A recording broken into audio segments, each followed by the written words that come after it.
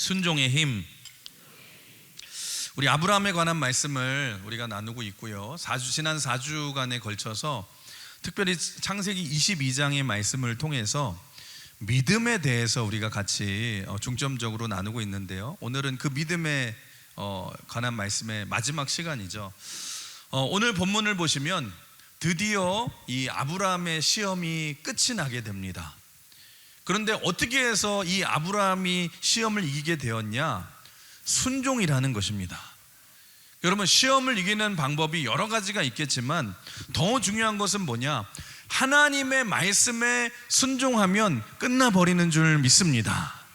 그러니까 하나님의 시험, 이 테스트는 결국에는요, 시험이라는 것은 결국에 시험을 잘 보면, 테스트를 잘 보면은 끝나버리지 않습니까? 그러니까 시험을 이기게 만드는 능력이 뭐냐? 순종이라는 것입니다. 오늘 이 자리 중에 우리 중에서도 여러분 시험이 끊이지 않고 지속되는 분들이 계시잖아요. 하나님, 왜 저의 삶에는 이렇게 시험이 끊이지 않습니까? 왜 계속됩니까? 그 이유가 뭔 줄 아십니까? 여러분, 불순종해서 그렇다는 거예요.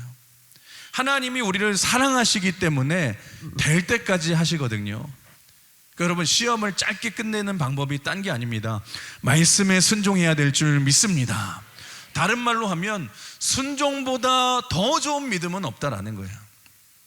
오늘 본문을 보시면 이제 아브라함이 칼을 들고서 하나님의 말씀에 순종하여 이삭을 죽이려고 하자 하나님께서 다급하게 아브라함아 아브라함아 하면서 다급하게 나타나시죠. 우리 한번 12절 앞에 12절을 같이 읽어볼까요? 화면 보시고 시작. 사자가 이르시되 그 아이에게 내 손을 대지 말라, 그에게 아무 일도 하지 말라. 지금 하나님께서 다급하게 아브라함을 제지하신 후에 이제 시험을 순종으로 이긴 아브라함을 축복하기 시작하십니다. 오늘 15절에서 17절까지 같이 읽겠습니다. 시작. 여호와의 사자가 하늘에서부터 두 번째 아브라함을 불러 이르시되 여호와께서 이르시기를 내가 나를 가리켜 맹세하노니 내가 이같이 행하여 내 아들 내 독자도 아끼지 아니하였은즉 내가 내게 큰 복을 주고 내 씨가 크게 번성하여 하늘의 별과 같고 바닷가의 모래와 같게 하리니 내 씨가 그 대적의 성문을 차지하리라. 여러분, 그렇습니다. 하나님의 마지막 테스트, 이 시험을 끝까지 순종함으로 이긴 아브라함에게 지금 하나님께서 칭찬을 하시면서 전해주셨던 이 약속을 다시 말씀해 주시면서 축복해 주시기 시작하는데, 여러분, 아브라함에게 주시는 하나님의 축복을 한마디로 요약하자면 이거예요. 아브라함아, 내가 너의 인생에 닫힌 문을 열리게 하는 축복을 너에게 주리라. 그러니까 하나님의 테스트를 순종함으로 이긴 자에게 주시는 하나님의 축복이 뭐냐? 여러분, 순종은 닫힌 문을 여는 능력이 있는 줄 믿습니다. 따라해 볼까요? 순종은 닫힌 문을 여는 능력이 있습니다. 하나님이 주시는 첫 번째 축복이 뭐냐? 순종하는 자에게 닫힌 문을 여는 능력을 주리라. 근데 여러분, 이 말씀에서 한 가지 중요한 포인트가 있는데 16절을 다시 보시면 여기 하나님이 이렇게 말씀하시죠. 내가 나를 가리켜 맹세하노니. 그러니까 이게 무슨 말이냐면 한마디로 말하면 이거예요. 하나님의 말씀은 100% 반드시 이루어진다라는 거예요. 이 시대에 우리의 신앙이 약화되는 이유가 뭔 줄 아십니까? 마귀는요, 신앙생활을 하면서 다른 걸로 우리를 공격하지 않습니다. 주로 마귀가 우리를 어떻게 공격하냐? 하나님의 말씀이 여러분 이 전해지지 못하게 마귀는 방해를 해요. 그래서 왜냐하면 여러분, 믿음은 들음에서 나고 들음은 하나님의 말씀으로부터 말미암는 줄 믿습니다. 그러니까 어떻게든지 우리의 믿음이 생기지 못하게 하기 위해서 말씀이 들리지 못하게 만들고 우리가 말씀에 순종하지 못하게 하고 말씀을 떠나 살게 만든다는 것입니다. 여러분, 성경에서 보시면 가장 암흑시대라고 여겼던 시대가 사사기 시대잖아요. 그 사사기 시대의 특징이 뭔 줄 아십니까? 많은 하나님의 백성들이, 모든 백성들이 하나님의 말씀을 떠나 살으니까 자기 소견에 오른 대로 죄를 지으면서 살아가는 거예요. 말씀을 떠나 내 마음대로 살아갈 때에 사사기의 혼란이 찾아오게 되었다는 것입니다. 그게 마귀가 이 시대에 쓰는 전략이라는 것입니다. 그런데 여러분, 이 사사기의 암흑기 시대가 언제부터 어떻게 다시 회복이 되기 시작했냐? 여러분, 사무엘상으로 넘어오면서 사무엘 선지자가 등장해서 다시 하나님의 말씀을 앞세우기 시작해요. 이스라엘 백성들아 들으라, 오직 하나님의 말씀 앞에 복종해야 한다. 하나님의 말씀 앞에 순종해야 된다. 다시 하나님의 말씀을 세우기 시작하고 말씀을 선포하기 시작하고 다시 말씀의 회복이 있기 시작하고 하나님의 말씀을 듣기 시작하고 그 말씀 앞에 순종하기 시작하면서 여러분, 이스라엘이 막 회복되기 시작하는데, 이런 이스라엘의 말씀에 대한 이 순종이 절정에 이른 때가 다윗 왕조 때 아닙니까? 여러분, 왜 다윗 왕국이 이스라엘의 전성기인 줄 아세요? 여러분, 이때는요, 사적인 개인적인 의견이 다 사라져 버리고 오로지 하나님의 말씀만이 선포되었고, 모든 백성들이 말씀 앞에 순종하고 모든 백성들이 하나님의 말씀을 청종하기 시작하면서 말씀이 회복되기 시작하니까 예배가 회복되기 시작하는 거예요.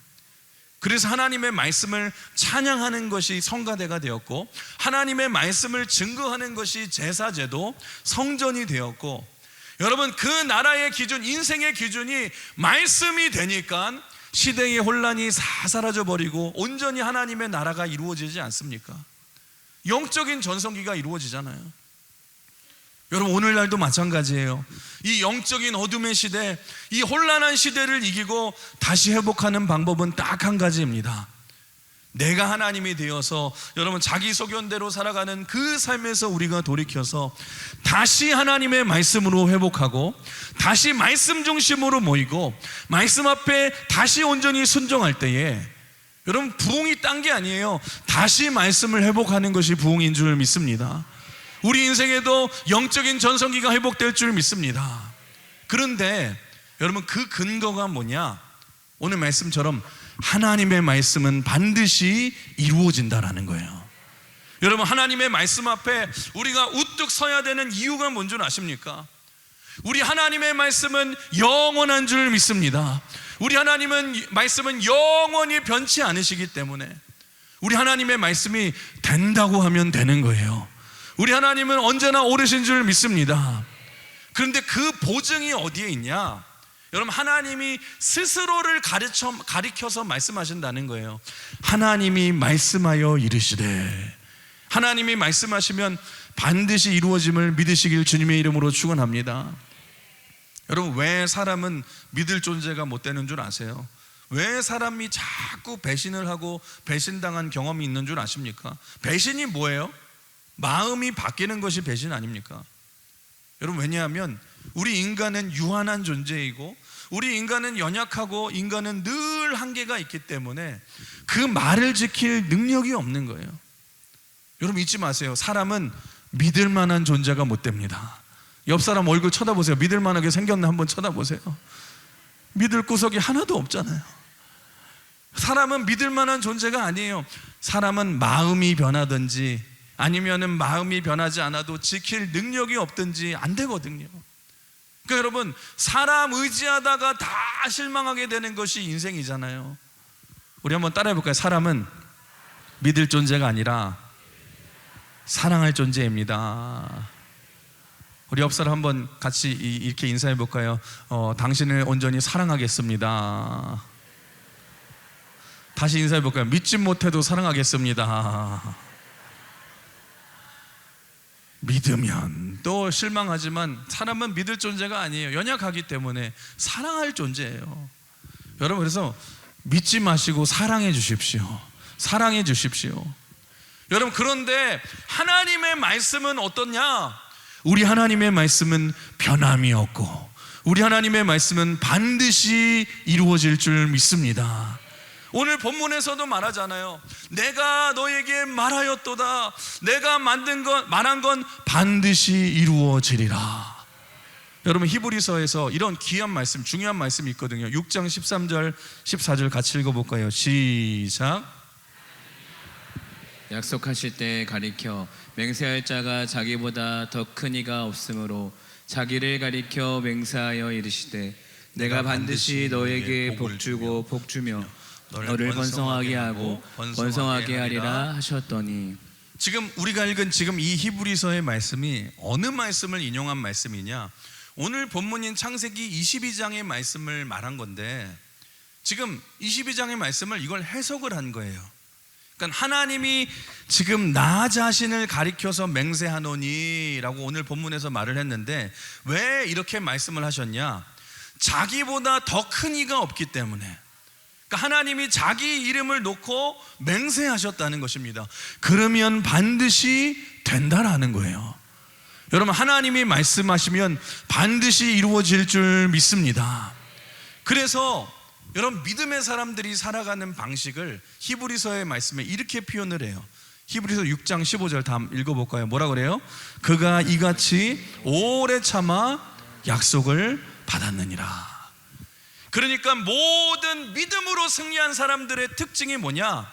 여러분, 영원하신 하나님의 말씀에 인생을 걸고, 내가 생각하는 타이밍보다 빠를 수도 있고 늦을 수도 있지만 믿는 거예요.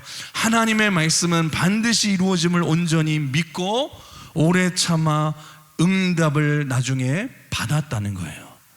여러분, 변치 않으시고 반드시 이루어지는 하나님의 약속을 붙들고 오래 참음으로 순종함으로 말미암아 응답의 기쁨을 누리시길 주님의 이름으로 축원합니다. 우리 강은의 모든 성도들이 그랬으면 좋겠어요. 여러분, 잊지 마십시오. 하나님의 말씀은 반드시 이루어질 줄 믿습니다. 우리 하나님의 말씀은 여러분 반드시 성취될 줄 믿습니다. 우리 하나님은 항상 오르신 줄 믿습니다.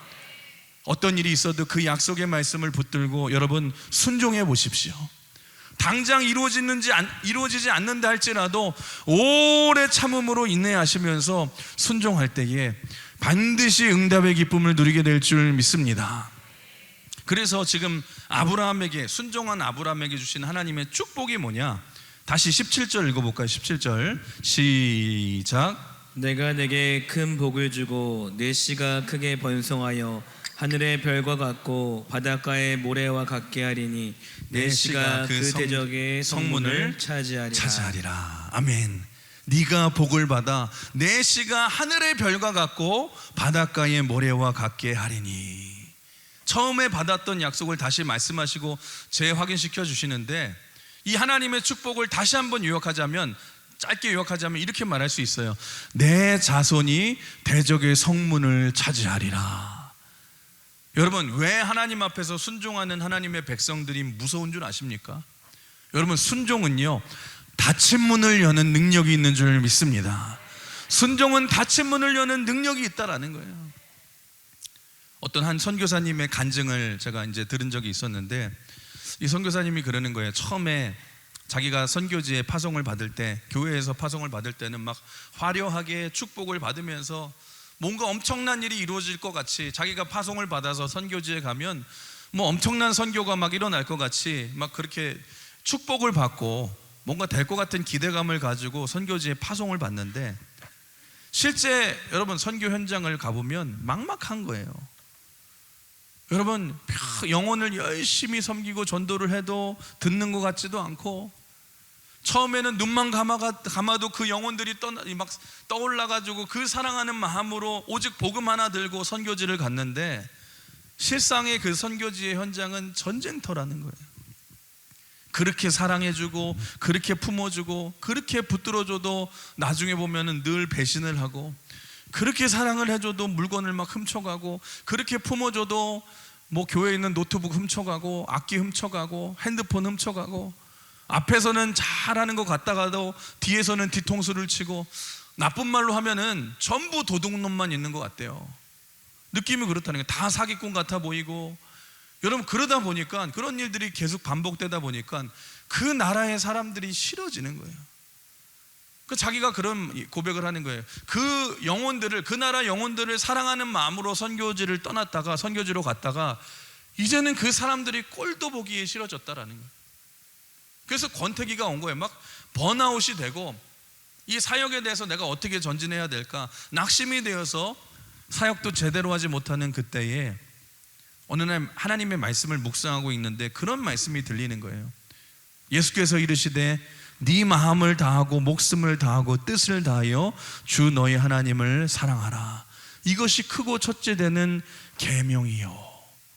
여기서 계명이라는 뜻이 commandment, 전쟁에 나갈 때에 장군이 부하에게 내리는 명령을 말하거든요. 그러니까 해도 되고 안 해도 되는 것이 아니라 절대로 불순종해서는 안 되는 명령이라는 거예요. 그 말씀들을 묵상하는데, 그 말씀을 묵상하면서 이 자기의 상황을 보는데, 아, 복음 전하라고 나를 보내신 하나님의 사명, 이 영혼들 사랑하라고 보내셨는데 어느 순간 내 감정이 상했다고 사명도 감당 못한다고 생각하니까 여러분, 이 선교사님이 너무너무 부끄러운 거예요. 다시 마음을 잡았어요. 그럼에도 불구하고, 내 감정에도 불구하고 하나님의 명령이기에, 하나님의 그 명령이기에, 내게 주신 그 사명이기에, 내 감정을 생각하면 내가 사명 감당할 수 없지만 하나님이 내게 주신 사명이고 명령이기에 내가 순종하는 마음으로 영혼 계속해서 품어봐야겠다. 배신해도 내가 사랑해줘야겠다, 품어줘야겠다. 그러면서 끝까지 사역을 감당하다 보니까 한 10년쯤 되니까 이상한 일이 벌어지기 시작하더래요. 영혼들이 변화되기 시작하더래요. 여러분, 이들이 점점 말씀을 듣기 시작하고 예수님을 영접하는 일이 일어나기 시작하고 이들의 삶이 막 변화되기 시작하고 힘들어서 그만두려고 했던 그 고비를 넘기지 못할 때 다시 한번 하나님의 말씀을 붙들고 끝까지 순종하면서 그 고비를 넘기다 보니까 어느 순간인가 사역의 열매를 조금이라도 맺히게 해주시는 거예요. 그때 자기가 그런 생각이 들었다는 거예요. 아, 내가 말씀 붙들고 내 감정으로 포기하지 않고 끝까지 순종하고 나아가니까 하나님이 이렇게 닫힌 문을 열어주시는구나. 하나님의 막 일하심이 보이기 시작하고 여호와 이레의 하나님의 준비하심이 막 보이기 시작하더라는 거예요. 어느 날 막 찬양을 하는데 찬양이 막 새롭게 들리기 시작하더래요. 우리가 이 찬양 많이 했잖아요. 문들아 머리 들어라, 들릴지어다 영원한 문들아. 보통 여러분이 들으실 때는 졸다가 깜짝 놀라죠. 문들아 머리 들어라, 깜짝 놀라가지고 들릴지어다 그러면서 막 머리 들으라고 막 그래가지고 조는 걸로 우리가 들리는데, 근데 이 찬양, 많이 불렀던 찬양이 이게 시편 24편의 찬양이거든요. 그 말씀 그대로 우리 시편 24편 7절에서 11절 읽어볼까요? 시작. 문들아 너희 머리를 들지어다, 영원한 문들아 들릴지어다. 영광의 왕이 들어가실로다. 영광의 왕이 누구시냐? 강하고 능한 여호와시오, 전쟁에 능한 여호와시로다. 문들아 너희 머리를 들지어다, 영원한 문들아 들릴지어다. 영광의 왕이 들어가실로다. 영광의 왕이 누구시냐? 만군의 여호와께서 곧 영광의 왕이실로다. 아멘. 여러분, 여기서 문들이 머리를 든다라는 것은 무슨 뜻이냐면, 우리가 여러분들 문을 열 때를 보시면 여닫이 문도 있고 뭐 미닫이 문도 있는데, 여러분 성문은 여러분 금방 열리면 안 되잖아요. 성문은. 그래서 성문들은 보통 뒤에 크레인 같은 거를 연결해 가지고, 아시죠? 영화 같은 데 보셨죠? 문들이 위아래로 쫙 올라갔다가 쫙 내려놨는 그런 문들을 보셨죠? 그러니까 문을 잡아 올려 가지고 위로 올라갔다가 내려오는 것. 그래서 문이 머리를 든다라는 것은 무슨 뜻이냐면 문이 열리는 것을 말하거든요. 그러니까 중동 집안의 중동 그런 지역에 이 성문은 그렇게 성문이 열린다고 말을 하는데, 그러니까 줄을 잡아당겨서 문이 위로 열리는 거예요. 그러니까 문들아 머리 들어라, 문이 머리를 든다라는 것은 뭐냐? 문이 활짝 열리기 시작한다라는 거예요. 어느 날 선교사님이 이 찬양을 부르시는데 그렇게 눈물이 나더래요. 하나님께서 이 막혀진 것 같은 선교지에서도 문을 열어주시는구나. 이 선교지에 문을 열어주시는구나. 내가 포기하지 않고 끝까지 순종했더니 이 나라의 막힌 문을 열어주시는구나. 그 하나님의 은혜가 너무너무 감사했다라는 거예요. 여러분, 제가 그 간증을 듣는데 이런 생각이 들더라고요. 그렇지, 하나님의 말씀에 순종하는 자에게는 닫힌 문을 여는 축복을 주시는구나. 사랑하는 성도 여러분, 우리도 마찬가지입니다. 우리 앞에 지금 막혀 있는 것들이 얼마나 많이 막혀 있습니까? 여러분의 인생의 여리고 성과 같은 문제들 문이 꽉 막혀 있지 않습니까? 그런데 어떤 막힌 문이라 할지라도 하나님의 말씀에 순종하며 간절히 기도하며 나아가면 하나님이 반드시 막힌 문도 열어주실 줄 믿습니다. 믿으십니까? 그때까지 말씀에 순종하여 우리가 나아가야 된다라는 거예요. 이 어려운 시대 속에서 저는 분명히 믿는 것 중에 하나가 뭐냐, 하나님께서 올 한 해에도 우리에게 전도의 문을 열어주실 줄 믿습니다. 우리 골로새서 4장 3절 읽어볼까요? 골로새서 시작. 또한 우리를 위하여 기도하되 하나님이 전도할 문을 우리에게 열어주사 그리스도의 비밀을 말하게 하시기를 구하라. 전도의 문을 열어달라고 기도하라. 전도의 문을 열어달라고 우리가 기도하고 말씀에 순종하는 자에게는 여러분 전도의 문도 활짝활짝 열려주실 줄 믿습니다. 오늘 밤에도 여러분 우리가 말씀드렸다시피 윤학열 감독님 오셔서 말씀을 전할 텐데 저는 기대하는 게 있어요. 오늘 밤에 우리가 그 부흥의 말씀을 듣고 우리 강흥교회에 이 부흥의 문도 열릴 줄 믿습니다. 하나님, 우리 강흥교회에 영적인 부흥의 문이 열리게 하여 주시옵소서. 여러분의 직장 사업장의 문이 닫혀 있습니까? 여러분이 말씀을 붙들고 간절히 기도하며 순종하며 나아가면 사업의 문도 열릴 줄 믿습니다. 하나님이 반드시 열어주실 줄 믿습니다. 결혼의 문이 닫혀 있습니까? 하나님, 우리 자녀들의 결혼의 문이 열리게 하여 주시옵소서. 열리게 될 줄 믿습니다. 여러분, 취업의 문이 막혀 있으면 막혀있던 취업의 문도 열리게 하실 줄 믿습니다. 건강의 문도 열리게 하여 주실 줄 믿습니다. 닫혀있던 질병의 문도 치유해 주실 줄 믿습니다. 온전한 치유가 일어날 줄 믿습니다. 말씀 붙들며 나아가면 모든 것들을 열어주신다는 거예요. 여러분, 닫힌 문 가운데 답답해하고 여러분 잊지 마시고 하나님께 두드리십시오. 그러면 반드시 열어주실 줄 믿습니다. 그러니까 아브라함의 이 축복이 우리 모두에게 주신 축복이라는 거예요. 우리 18절 또 한번 읽어볼까요? 시작.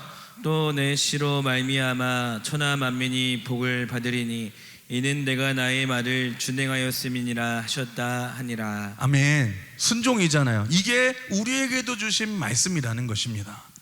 그래서 잊지 마십시오. 하나님의 백성들이, 여러분, 하나님의 말씀을 순종하는 백성들이 가는 곳마다 나타나는 현상이 뭐냐? 닫힌 문이 열리는 역사가 일어날 줄 믿습니다. 그게 순종의 힘이라는 것입니다. 오늘도 여러분 어떤 닫힌 문을 가지고 계시는 분이 계실지 모르겠지만 오늘도 하나님의 말씀에 온전히 순종함으로 말미암아 여러분의 인생의 닫힌 문들이 활짝활짝 열리시는 여러분 되시길 주님의 이름으로 축원합니다. 주님의 이름으로 축복합니다. 두 번째, 또 한 가지 순종하는 자에게 주시는 축복이 오늘 본문에 나오는데요, 두 번째는 만남의 축복을 주신다는 거예요. 우리 오늘 본문 20절에서 24절까지를 보시면 이 아브라함의 족보 이야기가 쭉 나오는데 지금 이런 내용이 갑자기 뜬금없이 이렇게 나오는 이유가 뭐냐? 하나님이 이 축복의 통로로 예비하신 이 이삭의 아내 리브가라는 여자가 어떻게 존재하게 되었는가를 지금 말해주고 있는 거예요. 여러분이 분명히 알아야 될 사실이 뭐냐? 우리 하나님은 어떤 교회를 좋아하시고 어떤 성도를 좋아하시냐? 여러분, 간단합니다. 하나님 나라를 위해서 복음을 전하고 선교하는 교회를 좋아하시는 줄 믿습니다. 왜냐하면 하나님 나라의 확장을 위해서, 여러분, 이 사람들이 제일 중요한 사람들이잖아요. 이 땅에 교회가 많은 교회들이 존재하지만 하나님이 주목하시는 이 특별한 교회, 하나님이 기뻐하시는 교회, 건강한 교회의 특징이 뭐냐?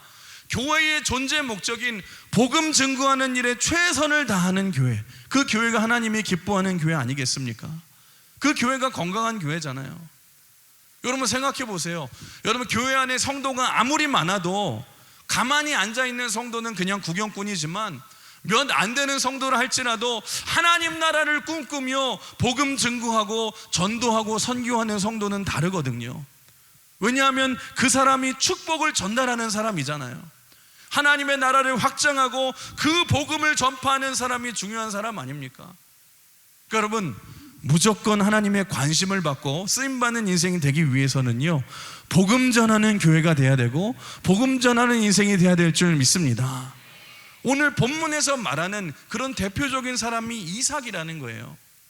오늘 본문의 시대, 여러분 당시에는 이게 자손을 통해서 지금 하나님의 약속이 이루어지는 건데, 여러분 그러면 이삭이 혼자서는 그 약속을 뜻을 이룰 수 없지 않습니까? 아내가 반드시 필요하잖아요. 그 아내가 누구냐? 하나님이 예비하신 아내가 리브가라는 것입니다. 그 두 사람이 만나야지만 자손이 번성하는 축복이 이루어지는데, 여러분 신기한 거이 뭐냐? 하나님이 일하시는 방법을 보면 이삭은 어떻게 태어났어요? 이삭은 기적적인 방법으로 태어났어요. 아브라함이 100세의 나이에, 도저히 아이를 낳을 수 없는 나이에, 그리고 사라가 90세의 나이에 하나님의 기적적인 방법으로 이삭이 태어났습니다. 반면에 리브가는 어떠냐? 그냥 정상적으로 자연적으로 태어났거든요. 그 두 사람이 만난다는 것입니다. 그러니까 하나님이 이루시는 역사를 보시면은요, 여러분 역사도 마찬가지인데, 어떨 때는 하나님께서 기적과 같은 방법으로 우리의 삶을 이끌어 가실 때도 있지만, 어떨 때는 참 자연적인 방법으로 우리의 삶을 인도하실 때도 있다라는 것입니다. 때로는 우리가 예배와 기도를 통해서 기적적인 방법으로 병을 치유하실 때도 있지만, 때로는 여러분 의사의 손길을 통해서 약 먹고 우리가 나을 때도 있다라는 것입니다. 때로는 기적 같은 방법으로 결혼의 길로 우리를 이끄실 때도 있지만, 때로는 그냥 예배드리다가 여러분 그러다가 만날 때도 있거든요. 그러니까 우리 인생을 보시면 하나님이 이 두 가지 방법을 다 잘 사용하시는데, 문제는 뭐냐? 우리가 알아야 될 핵심은 뭐냐? 그 만남을 어떻게든지 그 만남은 하나님이 주관하신다는 거예요. 모든 만남에는 하나님의 섭리가 있다라는 것입니다. 오늘 모리아산에서의 순종을 통해서 주시는 그 하나님의 첫 번째 축복은, 여러분 순종하는 자에게 주시는 축복은 닫힌 문을 여는 축복도 있지만, 또 한 가지 축복은 뭐였냐? 하나님께서는 이 순종하는 백성들에게 보이지 않는 섭리로 인도하셔서 반드시 만남의 축복을 주신다는 거예요. 여러분 잊지 마십시오. 나와 너의 만남, 우리의 만남 가운데는요 하나님의 섭리가 있습니다. 하나님의 축복이 있습니다. 여러분 옆 사람 한번 바라보세요. 우리 옆 사람이 그냥 앉은 게 아니에요. 나와 너가 만난 것은 뭐냐? 이 만남을 통해서 하나님이 서로에게 축복의 존재가 되기를 원하신다라는 거예요.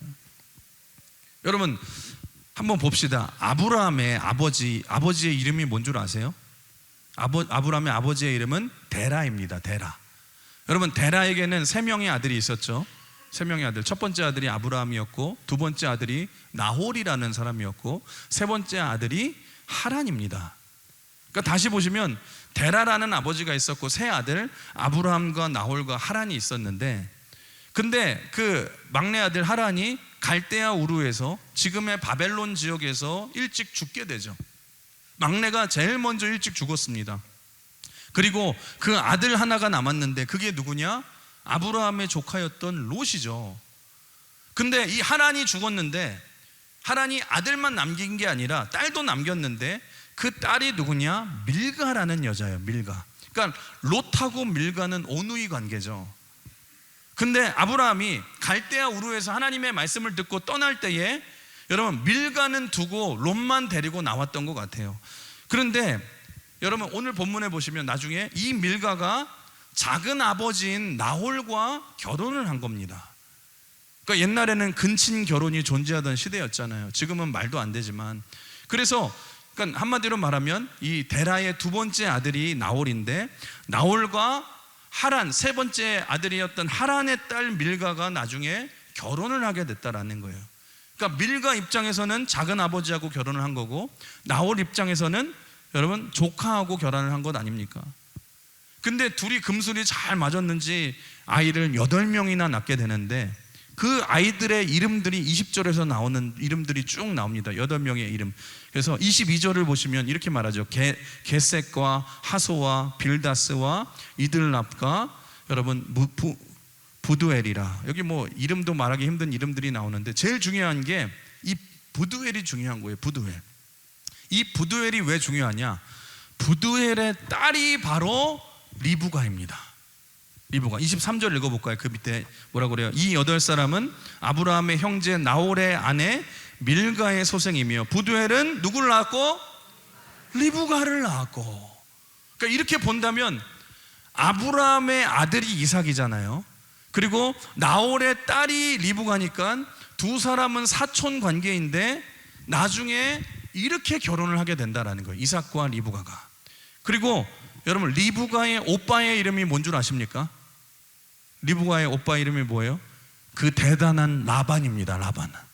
아시죠? 라반 아시죠? 나중에 야곱이 에서를 피해서 외삼촌 댁으로 도망가잖아요. 그 사기꾼 구단. 여러분, 그 라반입니다. 그러니까 하나님의 구원의 역사, 지금 막 이루어지는 구원의 역사가 지금 막 이루어지고 보이는 것이 지금 보이십니까? 역사 가운데. 그러니까 여러분 한번 이삭을 보세요. 이삭의 입장에 보시면, 여러분 이삭은 결혼을요 굉장히 늦게 했어요. 늦은 나이에 했어요. 40세 정도 했는데 40세가 되도록 장가를 못 갔는데, 이삭이 맨날 했던 게 뭐냐? 맨날 들판에 나가서 묵상만 하고 기도만 하니라고 여자를 못 만났는데, 근데 이렇게 기도를 많이 했는데도 하나님이 왜 응답을 안 해주셨냐? 결국에 하나님의 섭리로 보면 리브가라는 좋은 여자를 만나기 위한 하나님의 섭리였다라는 거예요. 여러분 한번 보세요.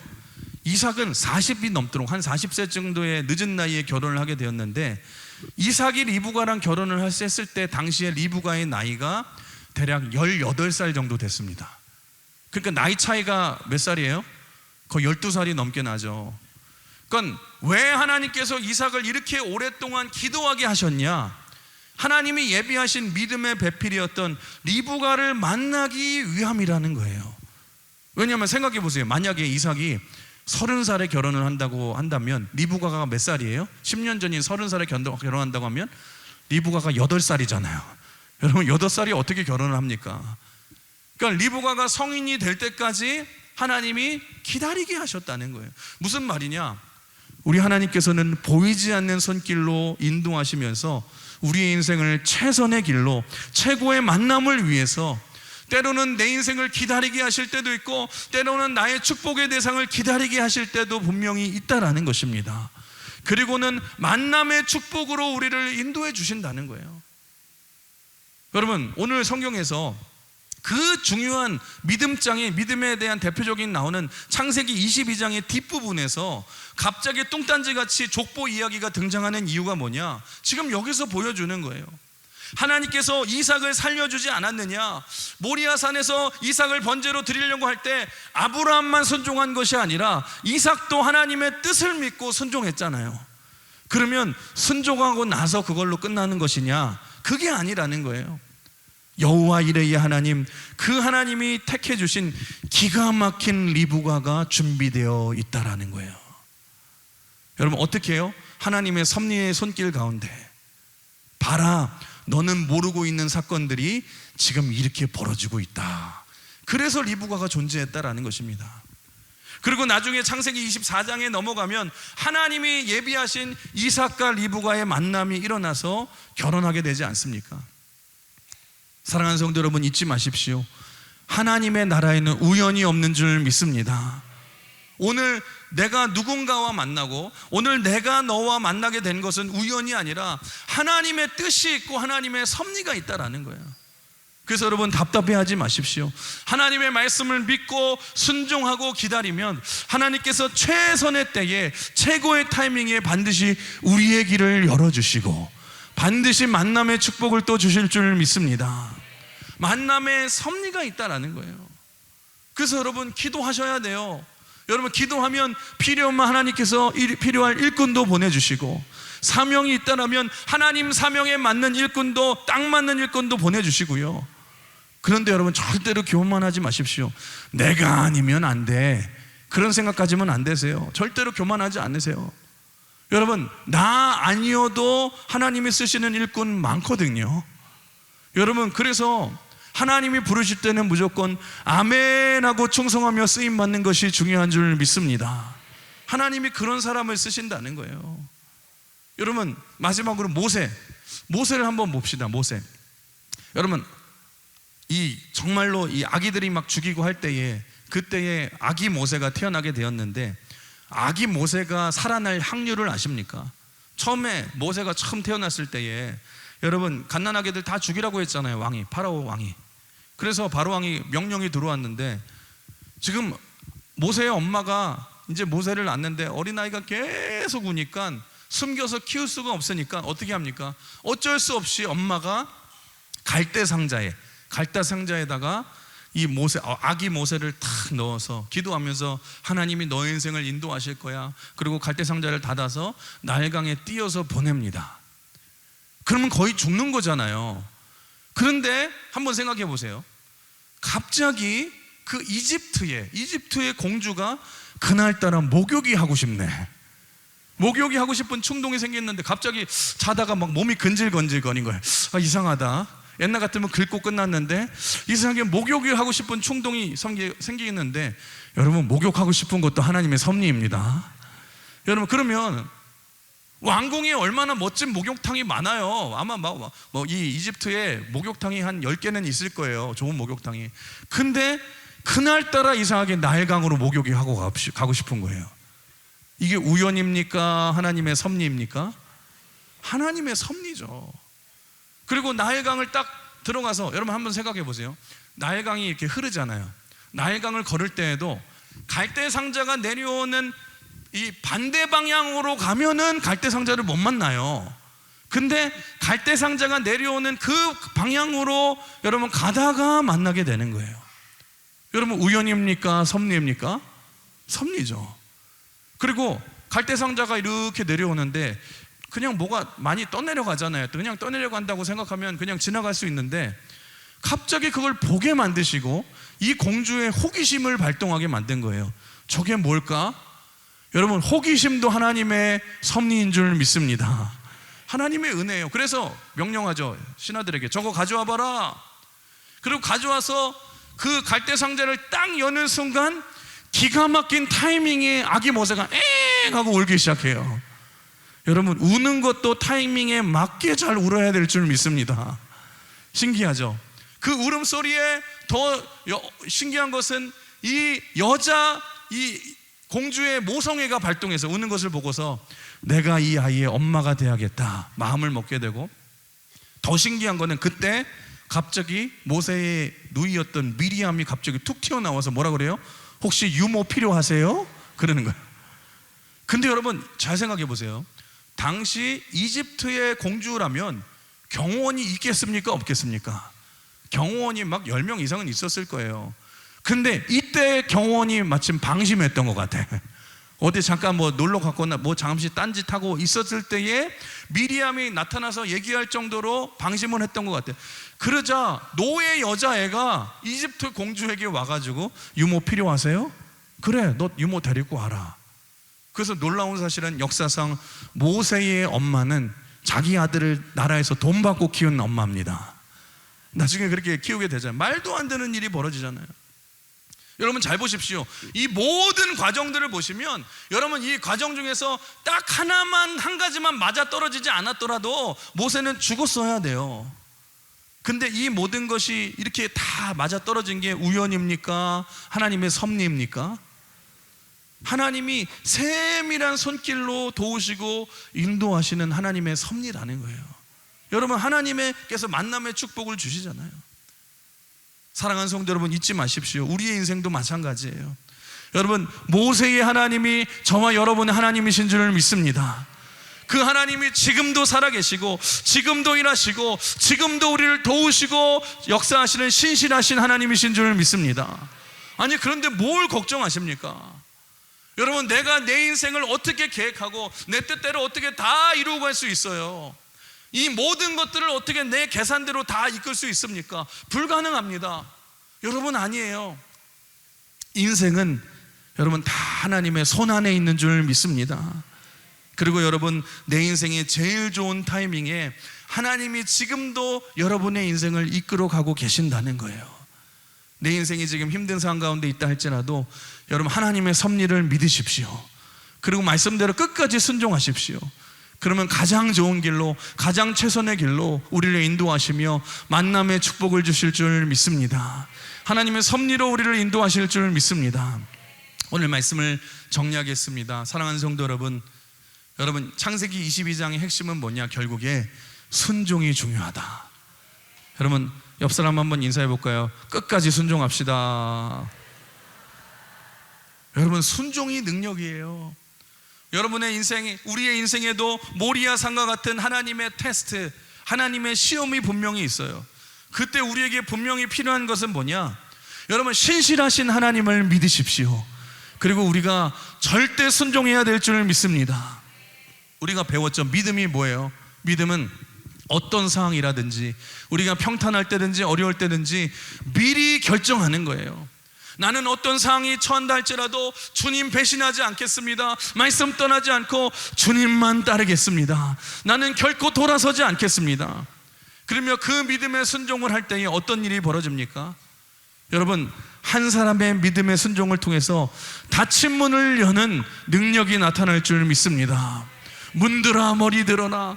다 내리고 닫힌 문들이 머리를 활짝활짝 들면서 반드시 다 열릴 줄 믿습니다. 인간의 힘으로는 열 수 없는 인생의 문들이 하나님이 활짝활짝 열어주실 줄 믿습니다.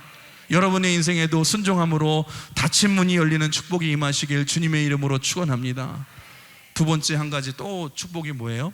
만남의 축복을 주신다. 여러분, 하나님의 인생에는 하나님의 섭리가 있어요. 그걸 여러분 통해서 우리 인생에 하나님의 놀라운 일들이 반드시 벌어지게 된다라는 거예요. 여러분, 이것이 순종의 힘임을 기억하시면서 여러분, 어떤 상황 속에서도, 어떤 환경 속에서도 제일 중요한 게 뭐예요? 하나님의 말씀은 반드시 이루어질 줄 믿습니다. 그리고 하나님이 나를 사랑하심을 믿으시고, 여러분, 어떤 하나님의 시험과 테스트에도 끝까지 순종해 보십시오. 인내하며 끝까지 순종할 때에 반드시 여러분의 인생에 막힌 문이 열리고 만남의 축복을 주시는 여호와 이레의 하나님의 은혜가 저와 여러분의 삶에 넘치도록 풍성하게 임하시길 주님의 이름으로 축원합니다. 이런 순종의 힘을 날마다 우리가 경험하시고 우리가 믿음으로 승리하시는 저와 여러분 되시길 주님의 이름으로 축복합니다. 우리 같이 찬양하시면서 이 시간에 나갈 텐데요.